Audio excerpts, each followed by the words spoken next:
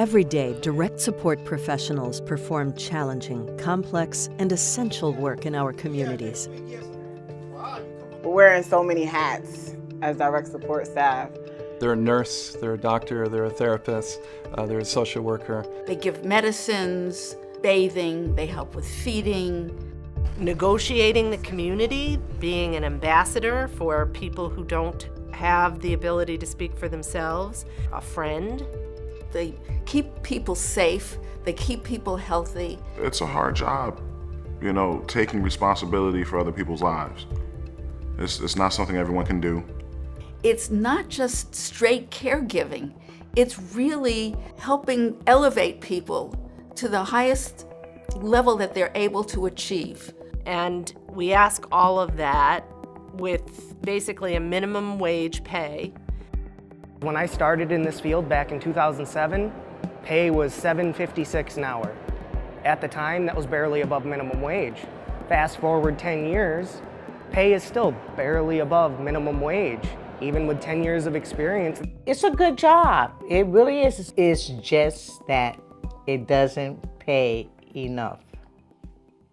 bFair2DirectCare began in 2016 to address this workforce crisis by establishing a living wage for direct support professionals. It's really 500,000 people that are being impacted by the quality of care and what is taking place with their families. We cannot leave here until this gets done. It's just too important. bFair2DirectCare is really the collective voice of over 130,000 people with intellectual and developmental disabilities throughout New York State. The goal of our campaign is to provide and secure a living wage for our direct support professionals, our direct care workforce here in New York State. I have tremendous respect for the job that you have done. For workers who are now below the minimum wage, they will be raised to the minimum wage plus 3.25% this year. Last year, bFair2DirectCare was successful in securing the first 2 phases of a 6-year increase for direct support professionals, for which we thank Governor Cuomo and the New York State Legislature. Unfortunately, the crisis is worsening, and we cannot wait 6 years to reach that living wage. We need to speed up this salary boost that we desperately need. We need to speed it up in order to retain the good quality people that we have now. Many providers face insurmountable staffing challenges, unable to meet mandated minimum staffing levels. We must accelerate the wage increase investments to stabilize our workforce. We cannot afford to wait any longer. Right now, some agencies have a vacancy rate of 30%. That means that those jobs are not filled. 1/3 of the jobs are gone. They're empty. I have not been fully staffed for the last 4 years. I make it work through family and friends, but I've not had all my hours covered in 4 years.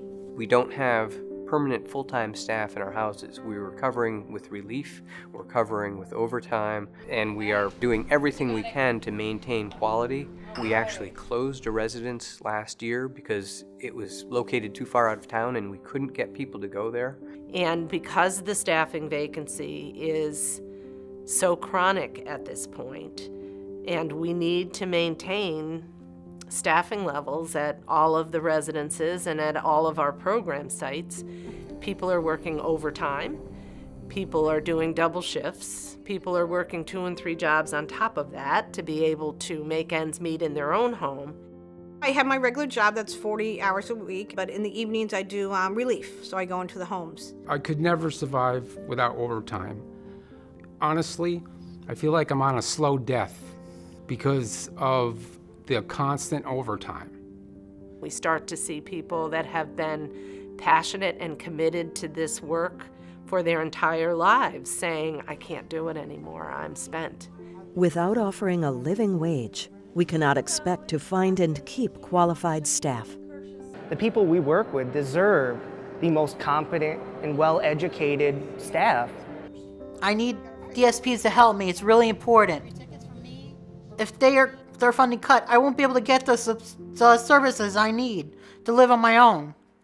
We believe that one of the best things we've ever done as a society was the deinstitutionalization of people with disabilities. That began 4 decades ago. And the great success that we have, we believe, is in jeopardy if we don't do something now. failure to address this workforce crisis for those who have been making much less than what they should have been making all along will just continue to put a strain on our system and jeopardize all that we've achieved. The situation that we're in with our direct support professionals, that is very fragile. This is like a blow-wish flower. If you blow on it too hard, it's going to crumble. And the people who are receiving the services, we're going to crumble with it.